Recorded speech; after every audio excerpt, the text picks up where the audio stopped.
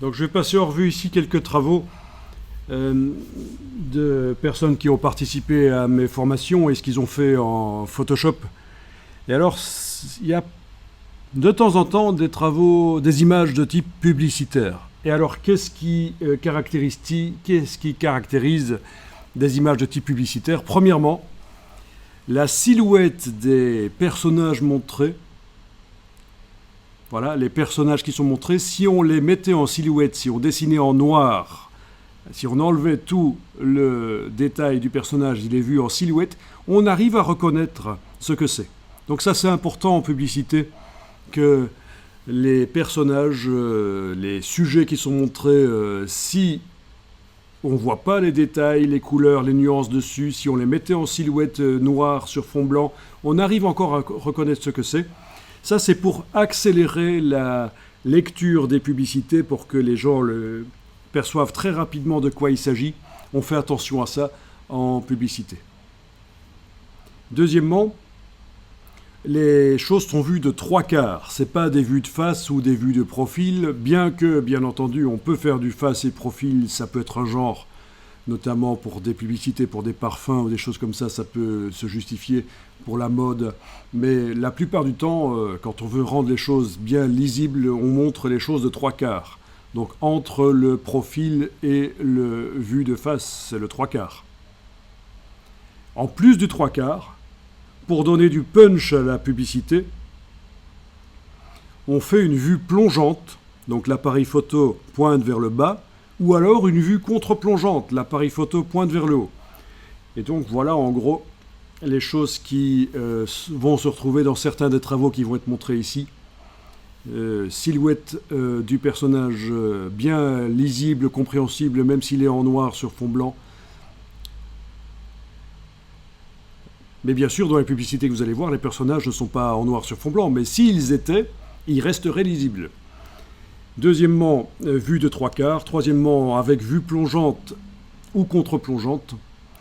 Et puis, une technique qui a été appliquée dans pas mal de travaux que vous allez voir ici, qui permet de faire des images percutantes, amusantes, qui est beaucoup utilisée en publicité quand on manque d'inspiration, c'est les jeux d'échelle. C'est-à-dire que vous allez voir des personnages très grands dans leur décor, exagérément grands, comme un géant dans la ville, des choses comme ça.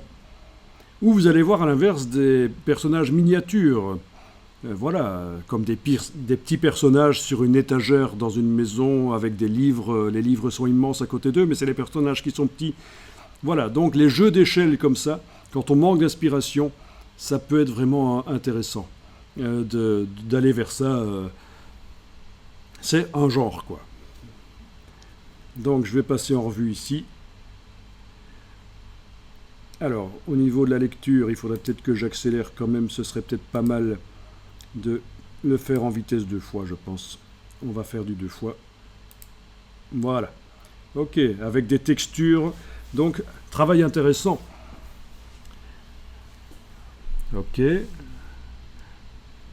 Ah ben voilà. Donc, au niveau créativité, les jeux d'échelle, du dessin intégré à Photoshop, bien sûr.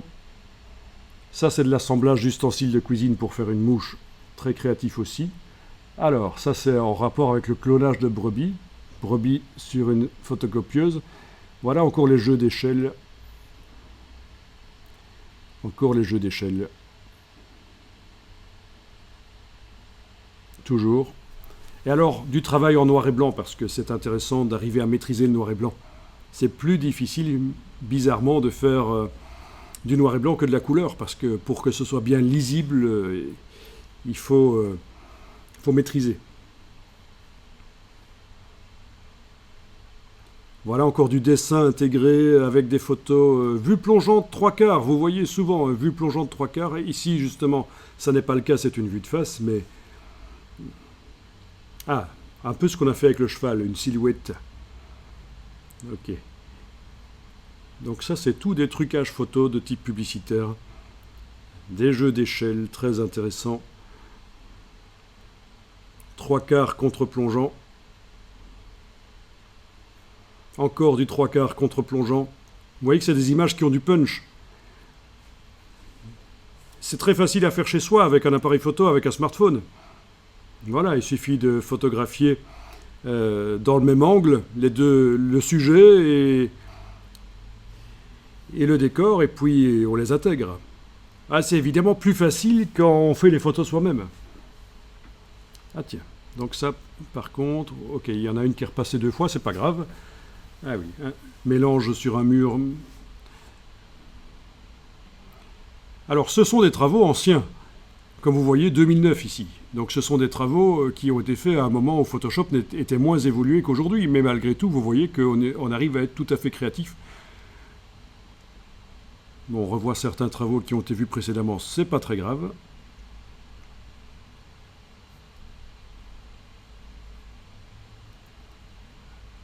Ah, voilà un travail qui mériterait d'être vu de plus près parce qu'il y a un travail sur la texture.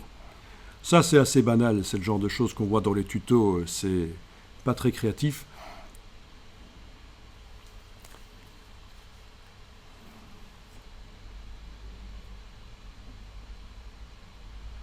Ok, je suis désolé, il y en a qu'on revoit encore, mais bon, c'est pas plus mal. Transformation de photo en dessin, en quelque sorte.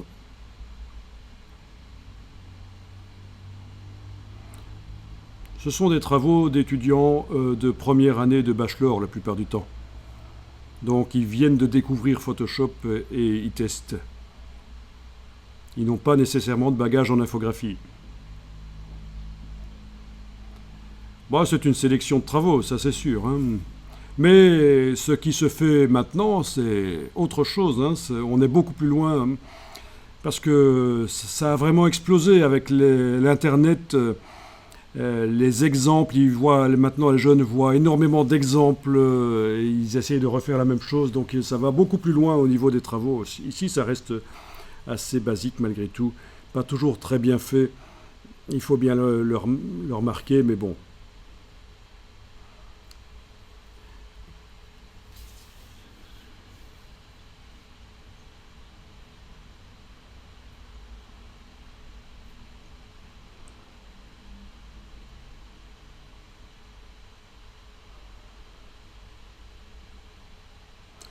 Ça, c'est vu et revu, hein, les châteaux et les maisons sur des mottes qui volent.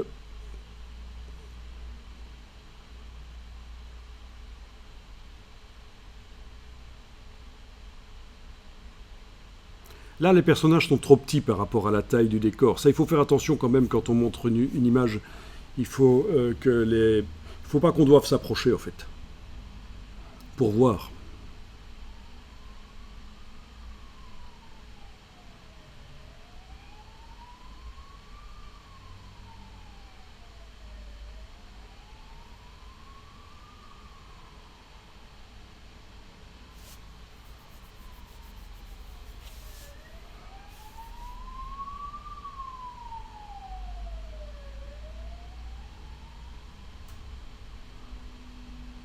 Les murs ont des oreilles.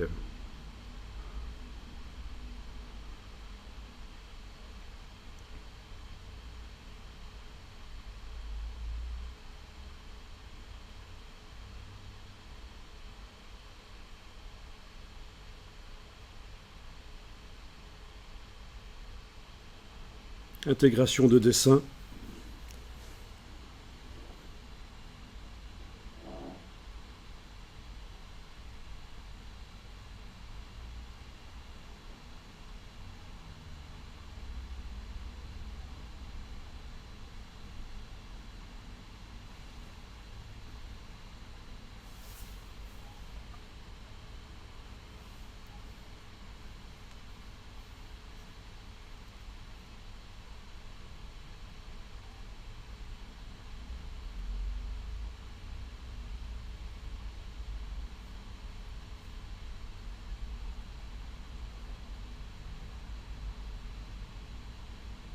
Du painting, donc du dessin à la manière de peinture dans Photoshop, sur base de photos. C'est ce qu'on avait vu avant.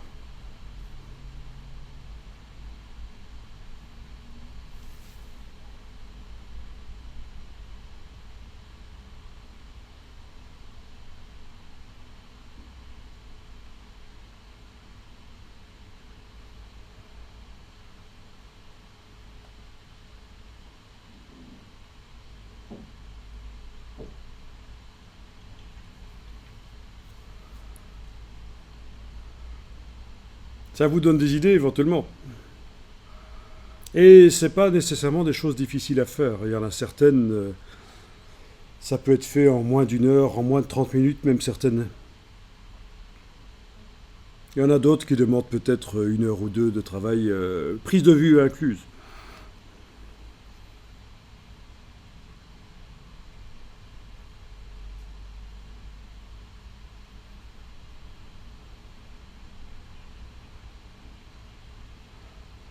Donc il y a beaucoup de consignes, c'est ce que je vous ai dit. Il fallait une vue de trois quarts, plongeante ou contre-plongeante, avec un slogan et une illustration en rapport, mais c'était très libre en fait, hein.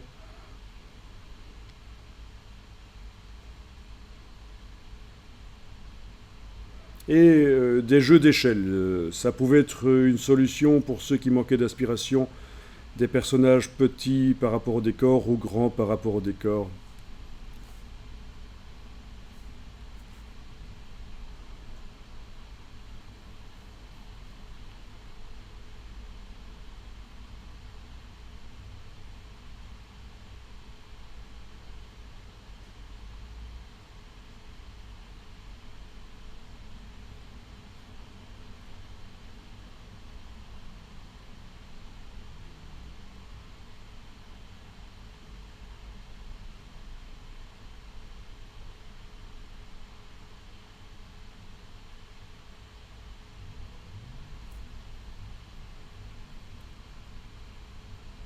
Prise de bec.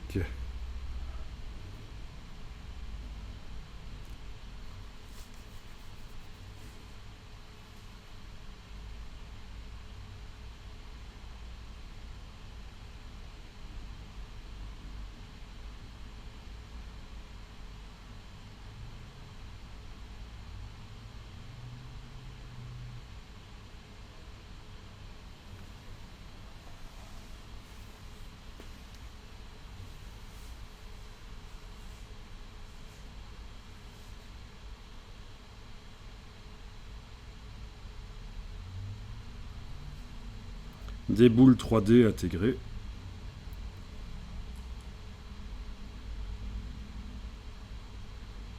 Ah, ça c'est un classique, la ville laissée à elle-même.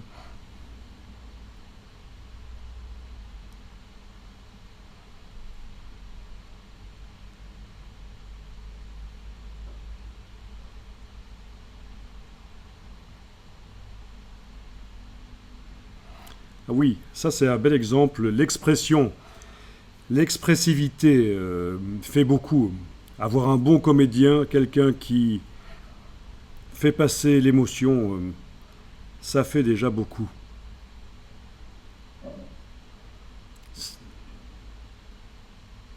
Ah, la plupart, c'est leur vraie prise de vue du décor et d'eux-mêmes. Ce qui facilite les choses, puisque au niveau de la correspondance des angles, c'est souvent forcément bon.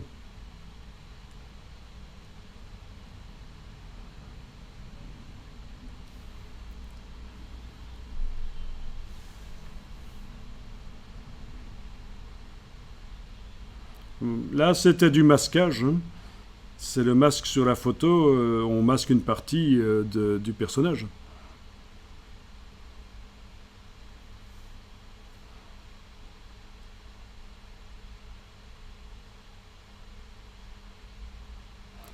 Oui, ça c'est aussi un genre, les effets lumineux, le light painting numérique.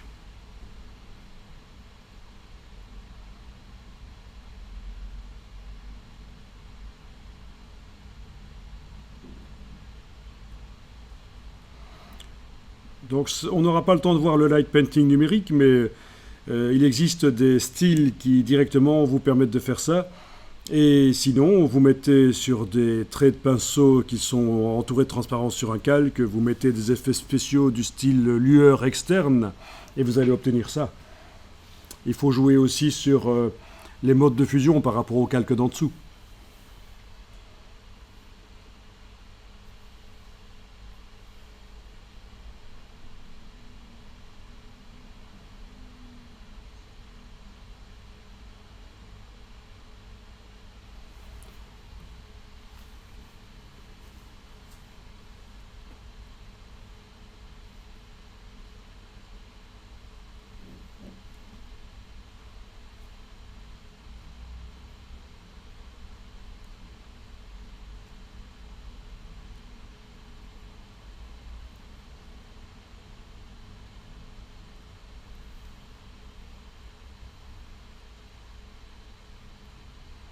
du painting. Donc au départ de photo, donner l'impression que c'est un dessin de la peinture. Ah, ça c'est avec des vieilles gravures, intéressant.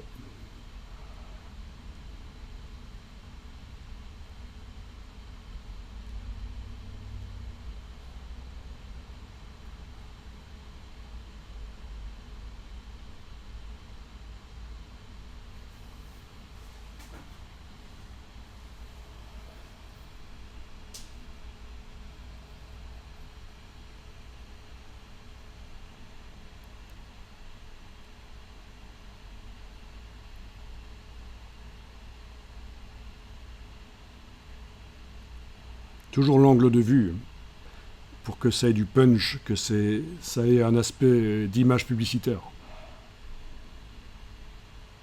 Ça fait beaucoup.